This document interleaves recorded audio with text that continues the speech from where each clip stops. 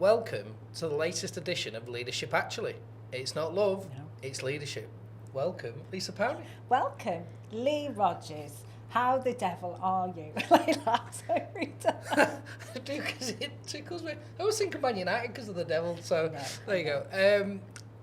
To be honest, I felt like a bit of a bag of washing this week. Have you? I have. Good language there, Lee. Good language. Well, that's just the way I describe it. So, but I've done everything in my power to be here, to be present, and I'm delighted that I've made it. So, Good. other than that, I'm good. And I've had a first this week. Have you? First what? Well, you know I've been on the Beeb a few times. The Beeb. Oh, no, you. Yeah, I didn't know that. Have I mentioned that? I don't think you have. No, Oh, the right, okay. Beeb. Yeah. Well, I actually went on BBC Radio 5 Live this week. Oh, boom, boom, boom. What were you commenting on? It was talking about Man United and with Tony Livesey, and he was a great guy, but I was not feeling that well. Yeah. And I went out to the pub to watch the football to be able to comment on that match, and my wife wasn't best pleased with me. 'Cause she's like, why on earth are you going out when you're not feeling well? Yeah. But I didn't tell her I was going on the radio. Oh, that'll be why. But you got away with it. I did, I think. Hopefully she's not watching I this know. right now. But she might. My God, yeah, do they have? Your fans. There's lots going around though, isn't it? Yeah. My Fred, he's been off this week, so with the lurgy and the temperature, and he likes the attention of him. I hope he's not watching either. So yeah, we've had that, but And how you doing? I'm really good, thanks, Lee. Yeah, I'm really good. The year is ticking on. Where is it going? I've been to an awards do. That was really good for celebrating young talent in Manchester, so I really enjoyed that, and it was nice to get a nice dress and some nice shoes, and have a really good time as well and celebrate that, so I really enjoyed that, and I seem to be out and about all the time, so that's good. Lots of irons in the fire, so yeah, had a good time, definitely. Brilliant. But I've been reflecting, because we'll introduce our guest, and I thought that we could have a little messy question this time. Okay. Let's do it. Surprise you, so I've written. So, it will relate. So, Lee, have you ever hit a point in your career where you thought, hang on, this isn't it? And what did you do? Well, I have, and it does involve today's guest. So, and I didn't know that question, Oh, well, there genuinely.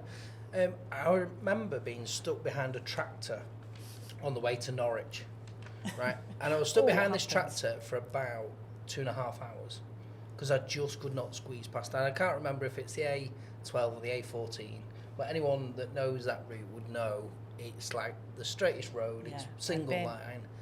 And I was like, what am I doing with my life? Literally. And I was a service delivery manager. And I remember getting to this meeting, and this IT director, you could just tell she didn't really care about the meeting. And I remember she said something like, one of the best things I do is delete emails. And I was like, so, it's a relationship thing. It was in the diary. We went along, and I'm going, why have I just wasted the last 6 hours for a meeting that added no value? And it was at the time where you had the technology to do online meetings, but everyone thought, well, no, go and see the client, it adds more value. It added zero value. Nothing was achieved. And I was like, I need to change my career. Like, literally, that day I'd sort of, in my mind, I'd resigned. And I did a lot of work with the organisation on how to reshape, and I represented 4,500 people, colleagues, to the exec around change. And there was lots of change going on at the organisation. And then I put in for mentoring, because I'd done so much work with people and HR, and this wonderful lady sat opposite us, and I remember, we were talking about it before, like, I went for this meeting in London, I was bricking it, I was so nervous, I was like, I got to meet Jo Taylor on the 6th floor, who's a talent director, but no one spoke to me when I'd gone down to London. It cost loads of money, and I'm going, I can't believe they spent all this money on me to see this lady. And she was the most amazing, warm, kind, generous person I've ever met in my life. Wow. And she changed not only my life, but my career from that moment on. And anything I've done or any impact I've had with anybody, if I've had that at all, has been down to Jo. Amazing. It's a good messy moment, and having a mentor that really helps shape that is brilliant. Honestly, it was fundamental to any change, and without Jo and the introductions and the path she put me on, and I wouldn't be doing what I'm doing. Wouldn't be here today? Wouldn't be here today, There we for go. sure, without a shadow of a doubt. Well, I think then you should introduce our guest. Hang on. What about your messy moment? Well, I think we'll introduce the guest, and then maybe I can introduce some of that. I think that would be a good thing. Okay, so today we've got Jo Taylor, who is a talent extraordinaire, I think, as the overall. We'll let you do a formal introduction in a second. Like I said, just one of the most humble, astute, brilliant, caring individuals that is genuinely to get the best out of other people, and it's heartwarming, really, to know what impact she's had on so many lives. Amazing. Hi, Jo. He's going to make me cry. Jeez, I thought I was coming on to talk about leadership. He's going to make me cry on a Friday. Lee, seriously, thank you. We try. Yeah, and it's Valentine's Day and I've got wearing my heart on my sleeve, right? Oh, I love that beautiful dress, by the way. Thank Really you, good. thank you. Well, it's really lovely to have you Oh, here it's today. amazing. I'm so chuffed and really privileged to be on here. So I'm really looking forward to the conversation. Thank you very much. Great. Well, I'm going to give you the formal introduction, and then we'll settle into the conversation, if that's all right. Sure. So I found out about you. So today, our guest, Jo Taylor, you're a woman whose journey spans the cut and thrust of the TV industry, and also now in the more reflective world of leadership development. So you're going to talk about some of that today. So you've been from talent spotting in the media to coaching executives through crisis and clarity. You give a big nod to that. Yeah. You've seen behind the curtain of performance, potential, and what happens when work doesn't fit anymore. That's where Lee came in. You've led talent strategy in the fast-paced creative industry and built your own successful business, and you are not afraid to challenge the conventional career leader. Sure. Does that describe you? Yeah, I think you've got it down to a T. I mean, we're going to see and we're going to talk about it today, but there is no convention. If we stick to conventional wisdom, then as our values as an organisation says, life's too short for beige, right? Absolutely. So, Absolutely. so if we think about it in a beige world, Yeah. then that's what we're going to churn out. And the world of work has completely changed. So I'm looking forward to kind of getting stuck in and sharing some insights and hopefully some opportunities for people to kind of have a think about it. Because if we don't start sharing, then we stay in the same path. And Yeah.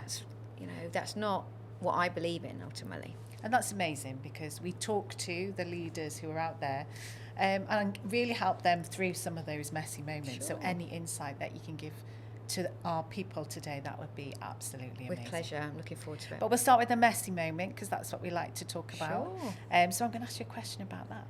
So because we like to talk about the real stuff, not the stuff that we just say we're always good at, Sure, and sure. leadership is a really hard job. From your experience, maybe early on in your career, what was maybe some of those moments that maybe knocked you sideways or didn't go as you expected, and how does that now pan out into what you do now? Is there anything that comes to mind? Well, interestingly, we're in the BBC. Yeah, we are. And my story comes from the BBC. So I started off my career in TV production, worked for Watchdog, kind of cut my teeth in terms of understanding people in that sense, but on a creative platform. And I managed a department which then got restructured. And there were I was a deputy managing editor, Yes. and I was desperate to get the title of managing editor. What was that going to give me? I don't know, more money, more say, I don't know. But the department, so consumer and sort of features, Yes. and specialist factual, who did all of the Bristol, amazing sort of walking with dinosaurs stuff. And I was up against a lady, which I won't name. No. But I didn't get the job. So I was going to be her deputy. So first of all, you're gutted that you didn't get it. I was never going to get it. Everything was stacked against me because the person who was running the department was her boss. Yes. So before I even went in there, and I did my best, and I did all of this research and everything, I was never going to get the job. Yeah. Which I kind of knew, but I was thinking, can I beat the odds? Can I really show them what I can do? You know, that kind of pluckiness. So she calls me into the office, and she basically says to me, you're too efficient. You're too much. Oh. You're going to have to tone yourself down to work for me. And literally, I was completely shocked. I didn't know what to do. She said, you know, you've got too much. Oh, you'll see it today. Too many jazz. Too much jazz hands. You know, you come back to people too quickly. You know, you talk before you kind of think. Literally for 15 minutes. Took me from already upset to kind of on the floor. Wow, what a big moment. And I remember literally not allowing myself to cry because I'm quite an emotional person, and coming out and going for a drink with a friend. Yes. And bursting into tears in kind of Weatherspoons or something like that, or All Bar One, I can't even remember. Yes. And literally resigning the next day. No. With nothing to go to. Like, I knew I couldn't work for this person. If she couldn't, literally, the first interact, and we knew each other, we'd been colleagues. Yeah. And it really struck me that that's not what leadership's about. It's not about breaking someone down. We're all individuals, you know, and that shaped me. Yes. I've been told many times, you're too much. I went for a job once at Harrods, and I walked in with my red hair, and I didn't get the job because I had red hair, because they couldn't see me in front of their managers. Yes. And for me, that says a lot about the environments that we're kind of creating. Yes. And it's really spurred me on. It spurred me on to kind of, whenever I felt uncomfortable, to figure out why I felt uncomfortable. Yes. But also to take myself out of the situation. And for me, setting up a business has been about doing that ultimately. I have not wanted to work for another business after leaving Talk Talk. Yes. Because I wanted to create something that was my own. I wanted to create a place that people could be themselves, which I never felt, and this is me being really honest, with in any job that I had. I always felt I had to conform. And that spurs me on to be better. Yes. And be a leader. Because if I felt that, then I'm sure there are hundreds of people, you know, thousands of people watching your podcast that will feel the same. Yeah, absolutely. And, you know, I still think about it, and I still well up and think, how dare she have that conversation with me? Yeah. We worked in HR, for God's sake. Yeah, absolutely. But, you know, I've proved her wrong. I've proved those people that have said you're too much. Yes. And I think about that every day. Yeah. What a great story to bring to the table, because actually, as you said, so many people will resonate with that, and it still happens, you know, maybe 100%. Sometimes as overtly, sometimes not, but 100%. people are asked to be a different persona when they come to work, particularly as a leader. And I think there's a huge shift around, how do I become myself? Has there been a time when you have had to conform, and how did that impact you as a leader? Or have you always been able to go, no, I'm out? I think we all conform. I mean, I think there are times in your life where you have to pay the mortgage. You know, if money was no object, let's be honest, we'd probably all be doing some, you know, I'd be, I don't know, travelling the world or doing something completely different. I probably still would work. I'm probably lying there. I think my drive would get, you know, I can't really sit still. So that would be probably, but I think I've always had to conform a little bit. Yeah. I think you have to adapt and be adaptable, and be willing to pivot and listen. Yeah. But we all sometimes just have to do what we need to do. Yeah. You know, you have to get up and, like I always say, put your big girl pants on and just do it. Yeah. But I've never stayed in a job for that long. Yes. That's kind of broken me in that sense. I think the reason why I left Talk Talk was I'd come to the end of my journey. Yeah. I could see the direction that it was going, and I think there was a mutual parting of ways. Could I have stayed and taken the money? I was earning a good salary. I had a really lovely team. Yes. Yeah, I could have, but I've sort of never taken the easy path. And for me, that comes from actually wanting to leave a legacy, not in a big necessary purpose, but I've always wanted to feel like my life and the work that I've done has made a difference. And hearing what Lee was saying, you don't hear that. You get told a lot of the time about what you're not doing, especially in consultancy. Yeah. When you're selling yourself and you're selling your brand. Oh, we want it in green rather than pink, or do you know what I mean? Yeah, absolutely. Yeah. And actually, to hear the impact, there are jobs in my life like the BBC and specifically Channel 4 where I set up a brand for disadvantaged people, and there are people now that are at the BBC, ITV commissioning programs. Now, I feel really proud that they would never have got in if we hadn't set these programs up. No. So. For me, that's what drives me, and I hope that when I do take off the shiny shoes, if ever, that in some way I've left an impact that's beyond what I've done. Yeah, absolutely. Yeah. That's amazing. That is amazing. Yeah. It occurs to me when you were speaking there, Jo, and I always remember you using this phrase, or someone relayed it to me, around scars on your back. Yeah. And it's always stuck with me. And at the time, I think that person, that individual, found that a real challenge that you'd said that. But actually, like, how useful, because you use the phrase of, it's really drove me forwards. What advice would you give to people? Because I think that people listening to this, they'll have some relatable story where they felt marginalised or done to in some way, or not supported. Yeah, absolutely. What advice would you give around that reframing, that pivot that you talked about? I think it's finding your tribe. I think I found people in my life through mentors. So mentors have played a massive part in my life in terms of, in a way, resetting that conversation. I think I found solace in the work that I've done. But I think sometimes you have to go through those things to come out the other end. I think there's no quick fix. But I think it's about, for me, I'm not a reader. I'm not a video person. I listen to podcasts, hence I'm on your podcast. And I find that really useful. But in a way, I've always thought I talk to think. So you're getting the raw me today. You're not getting the prepared. You're not getting the prepared me, the corporate me. I run a business that's not corporate in that sense.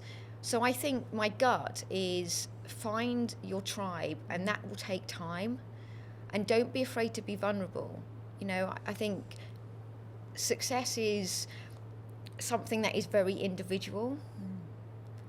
So other people, what is the purpose? And there's a really great tool, the career wheel, that looks at the different, I suppose, impacts of your career and what drives you. Some people it's family, sometimes it's money, sometimes it's community, sometimes it's purpose. Find your strengths, go back to your strengths, your super strengths, the things that make you come alive, that give you joy, and find people that give you that. And it's and be patient, because I'm not patient at all. And realise that, it's the old adage is that it's about progress, not perfection. So we're all a work in progress, and our life is a myriad of episodes, like your podcast, right? Yeah, absolutely. And there are chapters in our book that shape us and that make us reflect, and they're all part of our story. And if you see life like that, I think it enables you to move past, big T or little t trauma, which we've all had in some way, even though if we don't kind of recognise it in that way. So I hope that I hope that helps anybody that's kind of listening and viewing this. But for me, it's surrounding yourself with people that give you joy. Nice. That's a very nice, simple, strengths-based way of looking at it. And actually, could we share the career wheel as part of this as well as a template? I absolutely think that's a great tool, so we could share some of that. I think we dive straight into some of the tips, but you've had a great career and you've had lots of chapters, so I'm really interested to find out a bit more about those chapters. How did starting in the media now get you to where you are today and landing in the leadership space? I'd really like to explore that a little bit, if that's okay. Well, I think the media is all about people, right? Whether you're making programs, whether you're managing program makers, you kind of need to be curious. And feedback that I've had that I'm very nosy. So I think working in the media, I'm naturally curious. And I think I ask a lot of questions. And so that sort of translated into an HR career. But I didn't really start, I suppose, proper HR career till I was probably 33, and I'm 52 now. So I kind of feel a bit of imposter, because there are many people in the HR space that have got a lot more I haven't got any qualifications. Sorry, CIPD.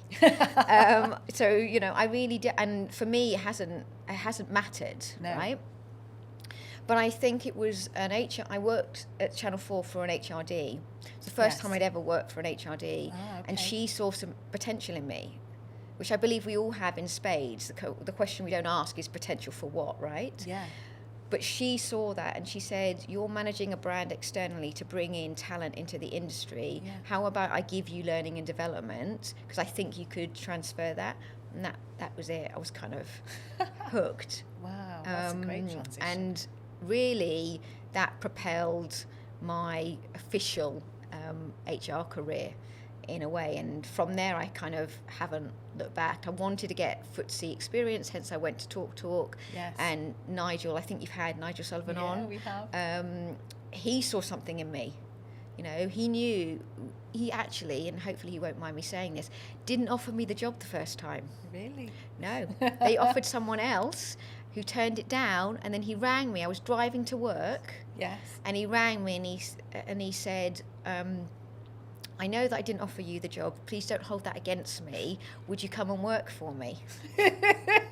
There's an offer. Here's your salary. You need you to start literally. And I said, "Yeah, I'll come and work for you. The salary's the number that I want to hit. Thank you so much." Literally stopped the car, rang my dad, screamed at him, "Dad, I've got the job," because I so needed to leave. I'd sort of run my course, and he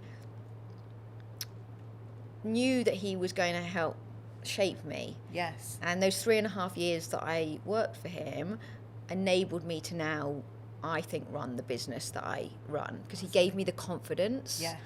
He gave me increased skill, and he believed in me. And he backed you no matter what. So it's been a weird, I say I've had 3 careers, media, I suppose HR, and now consultancy. So you never know. If you'd asked the 21-year-old coming out of Bournemouth University, you'd be 52 running a business, I'd have gone, no, thank you, no. I want to be in television. That's where I want to be. The BBC was my dream. And you got there. And it was just amazing. But every chapter's had different experiences, and then you put it all together as you get slightly older, and realise the bits that you love to do. We were talking about this before. We're going to be working longer. You've had guests on here that are older than me, thank God. In lots of but they don't. Age is just a number, right? And therefore, we're all got to do things that give us joy, and we've got to be surrounded by people that give us joy. Because if you do, then you radiate that, and that is what leadership's all about. It's not being the loudest. It's not being the smartest in the room. It's knowing that a bit like a Swiss Army knife, the tools that you've got around you, and where you can pull that in. Yeah. You don't need to be the big I am. No. Actually, the big I am is quite lonely and is a lot harder to fool. Whereas if you are a leader that is truly inclusive and that you realise that the sum of the parts is bigger than the whole, then I think you have a much stronger legacy to leave. Yeah, absolutely. And throughout those 3 chapters, you talk a lot about mentorship. So there's been some key people in your life that, as you said, give you some belief and the skills and the confidence and backed you. Yeah. So in terms of working with leaders now, what does mentorship mean? And how can we be better at that so that we can spot some of that talent and bring people through? Because I think it is a really important part of leadership, and sometimes leaders don't understand their accountability or responsibility, that they can make or break people's lives. We all think of an amazing leader that we've worked for and also a not so, and we know how we were feeling in that space 100%. And what it can do to our particular lives. So if we could take the opportunity to be better leaders and better mentors, what advice would you give, or what can we do that could really help shape that? Because I know that's what you do for leaders now themselves, and give them some of that. Yeah, I think being a good mentor is about getting a balance between listening and talking. So a lot of people think that when you mentor someone that you're there, of course you're there to give advice and guidance and tools and tips and all of these types of things, but it's not your career. Yeah, it's someone else's. Yeah, that's so really if you good don't point. understand, in a way, what are the drivers and the strengths and the motivations of that person, then you can't support them. And you need to go at the pace that person wants to go. So it's not your career. Good. You can't run 100 million miles. If they don't want to run 100 meter dash, they want to do a 5,000 meter, then give them the space. I think it's a gift to give someone the space to be able to think and to reflect, but someone's got to be willing to do the work. Yeah. And I think that there's no hard and fast. It's a bit like coaching. Everyone's calling themselves a coach at the moment. Yeah. But coaching is a very different skill than managing and mentoring, right? Yeah, absolutely. Do you want to explain the difference, actually? Because I think that's a really key point. Well, look, managing for me is about giving people an understanding of what you need them to do, why they work for you, what they need to do and how they need to do it, and supporting them and guiding their progress within a role, driving their performance ultimately, and also spotting the potential for future. I think mentoring is in a way an unbiased opportunity for someone to reflect and to ask advice and guidance.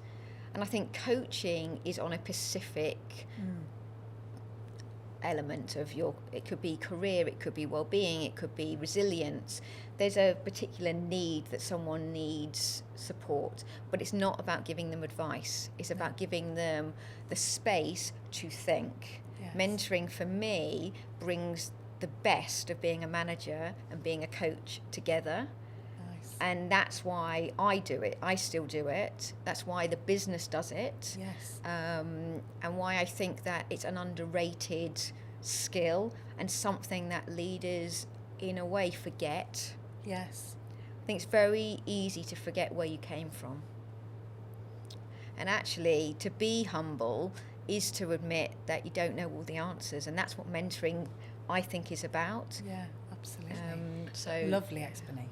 I think one build I'd add on, Jo, just because I was just reflecting on what you did for me as a mentor, was actually about opening doors. Yeah, good point. And introductions. Good point.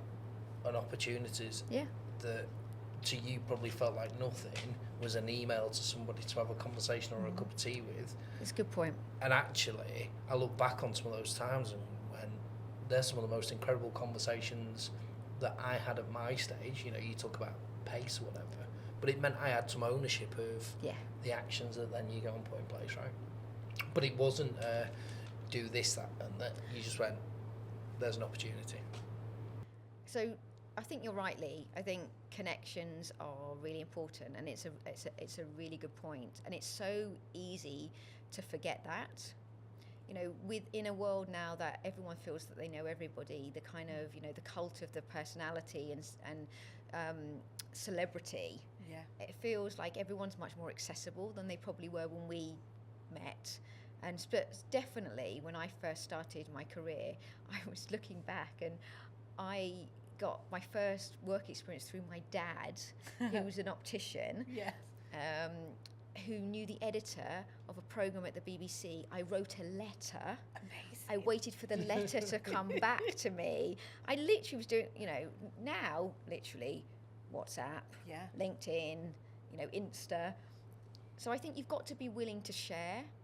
I mean, there are people in our lives that that have paid it forward to us. Yes. We need to show the same respect, because if we don't, then in a way we're talent hoarding rather than in a way talent scouting. Yes. And really no one owns anybody. I've always said this, that we borrow people for the time that they work for us. Honestly, I can't tell you how many times I've used that phrase, because people get so connected to their whole identity and being with a role or with an organisation. Yeah. And then when that's taken away, it's devastating. You know, and I've coached and worked with a lot of people, the other end of it, that says to build them back up. But if only they had it'd be great if you repeated that for people, because if people had that as a mindset, I think it would enable them a lot more in their career. Yeah, we borrow experiences like we're talked about in terms of episodes. I borrow for the people that work for me at the moment, and then we've got like associates that are, again, I'm borrowing. I'm kind of like renting them for the time that they kind of, and I've always believed that that's the case. Yeah. Nothing in our parents' lifetime. You know, my dad, when I left the BBC, sorry Dad, was not happy after 7 years. He was thinking I was going to have amazing, because you can literally go from career to career, and there are people there that I know that were there when I was there, Yes. you know, coming up to their 35-year anniversary. Now, good for them. Yes. But for me, I would have been bored stupid. And I don't think that the generation that's coming into the workforce believes that that is what they want. They want experiences, they want exposure, they want fast. And if you're not giving it to them, they're going to go. So if we don't encourage leaders to have that mentality of talent scouting rather than talent hoarding, you're going to find that your talent is going to leave your business faster than you think. Yes. And you're going to have a problem, because your innovation, your creativity, your, in a way, your revenue is going to suffer. And we just can't continue in that old sort of industrial revolution approach. It just doesn't work with globalization. It doesn't work in any sense of the word. So I don't know how I thought about it at that time, but I definitely think even more so now, as mentors and as leaders, we've got to encourage people to, in a way, try before they buy. Yeah. I mean, it's the same it's like dating, right? It is. We have to kiss a few frogs before we find our prince. And I think that's becoming more and more evident, not just in the dating world, but in the world of work, that there's such a mismatch now in the way the system of work and our generations that are coming through, and that kind of, it's not matching. And there's lots of trouble up front in terms of, you know, leaders trying to bring people through, and how does this work and how do I navigate that? And then people coming into the workplace going, God, what does this mean, and how do I how do I do something?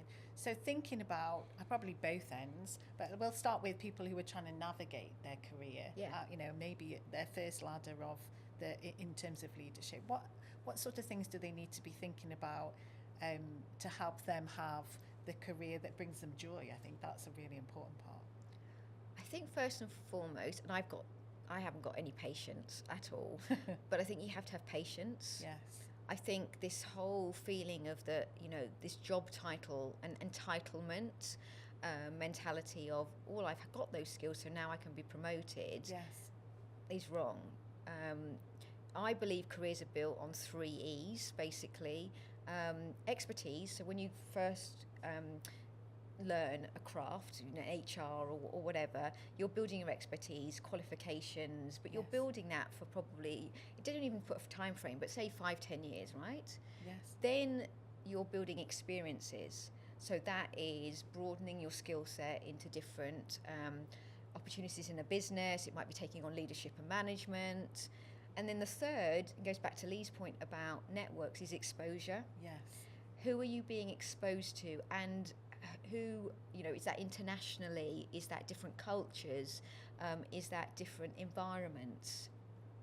So I think it's really important to think about it in that way. And it's really not about a job title anymore. It's about where can the job take you, and thinking about the future possibilities. Because at the end of the day, we didn't all wake up and go, I want to be a CEO. Did we? No. We don't all wake up and go, well, I'm going to be a director of product. No.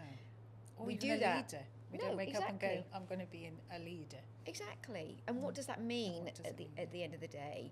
We aspire to, whether it's money or state, and that's where it gets mismatched for me in organisations. We're obsessed with job titles, we're obsessed with remuneration, rewards. We're not creating pathways for people that show them where the possibilities. We're obsessed with driving performance, driving productivity, but we're actually alienating what are the drivers of why people work for us, which isn't any of that, right? No, I love the 3 E's. Yeah, I think that's fascinating, and I think I've done some work on this around Hertzberg motivational theory, actually. Yeah. And the drivers, often corporates spend a lot of money on bigger salaries, bigger bonuses, more rewards, and actually that's often not the thing that gives better performance ultimately. No. Often it's a thank you, it's an opportunity, 100%. it's an introduction, 100%. it's a new project. And it baffles me sometimes when organisations say, well, what would you do, or why are we not performing to the best? But even a reward, I remember this at Talk actually. I remember, and I may have mentioned it before, my memory's going slightly, but someone put a gift card on my desk that said, great work, £10 voucher, £20 voucher, whatever it was. I remember I was genuinely gutted, right? And it wasn't because they'd give me a voucher. That was great. It was like against the values, whatever, because you'd done a whole load of effort. But the fact that no one would wait to as a personal thing to go, we recognise what you've done, and I just want to almost that one-to-one time to go, agreed, appreciate it. And it really stuck with me in terms of, and I think you've alluded to it slightly in your answer there, Jo, is what experience do we give people in the environment that they're working, whether that's at home, whether that's in an office, whether that's in a joint learning space or working space. Because I think it's much more around that and the purpose of an organisation as opposed to remuneration. Job title is still important, etc. But it feels like it's changing and shifting to me. I remember there's so many conversations that I've had over the years where someone's resigned, and they call you up and they say, what can I do? I've had 5 people resign. I'm thinking about chucking, another 5% or 10%. And I always go, don't. I said, because that person's unhappy in the role that they're doing and they're going to leave you in 6 months' time. You've just increased your wage bill by 5-10%. And actually, wouldn't they be better to go when you find somebody that actually wants to do the job? Yeah.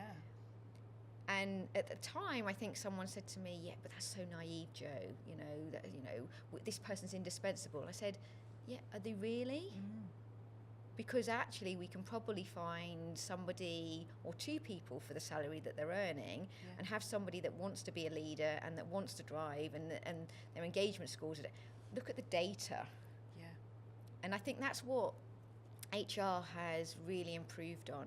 Yeah, absolutely. AI and data mean that we've got answers at our fingertips. We now need to be able to tell the story of what we're seeing. when I started, it was all about the gut. It was all like, I kind of know there's a problem here, or we used to say, what's the exam question you're trying to solve? Still use it.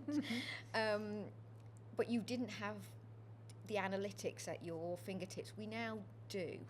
Every company has invested in an HCM, whether it's a big wig or a small, startup. So actually, if the data's telling you one thing, then we need to get more literate at it so that we understand, to Lee's point about what motivates. Yeah. And it may be that, I think we had in our EVP at Talk that I remember writing this, which was, you get 5 years experience in 2. Yes, absolutely. We had a massive hero to zero culture. For me, it sat really badly, and one of the reasons why I left. Because we'd promote someone through succession planning into this role, we wouldn't put any coaching, we wouldn't put any mentoring behind them, and in 6 months we'd be tapping them on the shoulder and giving them a settlement agreement. The amount of money and time and resource that was wasted on brilliant people that actually found it, I think, some of them very hard to bounce back from. Yes. And why are we still doing that? And it's not in corporate, we're still doing it all the time. Yeah. And people are waiting, let's be honest. There's a business we're working with at the moment where people are unhappy. Yeah. We did a culture audit, I know they're unhappy, right? But the management and leadership won't do anything about it because it's too expensive to exit those people. And I'm like, well, you're never going to check. Why are you wasting money doing a culture audit then? Yeah. Because it's you're not going to do anything. I can help you, but rewriting your values, putting in a it's fluff around the edges. Actually look at what your people are saying and either do something about it, but if you're not, then don't moan about it. Yeah. At the end of the day. And I've come across that in the consultancy world. Yeah. And it's been interesting because you go in and doing an audit. Yeah. The results get shown. Yeah. And then an organisation doesn't like the results. It's like, Of course. That's what you've approached me for. Yeah. What do you want? Like, Yeah. your choice. Yeah. Like, you can choose to lean in. Yeah. Or you can choose not on that. Yeah. And if you do want to lean in, then we can help. And if not, then that's your call. I just don't understand, being in the consultancy space now, why you would then spend money asking. Because you knew it before. We're telling you this, but is it bravery? Is it the fact that you don't believe it? Because in a way, and you might have to cut this out, but shit will get off the pot. Yeah, absolutely. And I think that's a whole another episode, Jo, in our consultancy space where we could talk about some of that. We could ask lots of different questions. I still had lots on my list, but unfortunately we have come to the end of our time today. It's been absolutely amazing. I think you've given some really good tips in navigating both ends really as well, through your start of your career, if you're getting stuck and misaligned, and also some of those messages for execs, and I'm sure some of that comes through in your coaching work that you do now. So it's been absolutely fantastic to listen and join that conversation. Absolutely. It's been a real honour and a privilege. So, thank you so much. Pleasure. And I say that often to guests, but no more so than today, and I truly mean that from the bottom of my heart. Final question from me: who should we have in the hot seat that you can help get us there? Sure.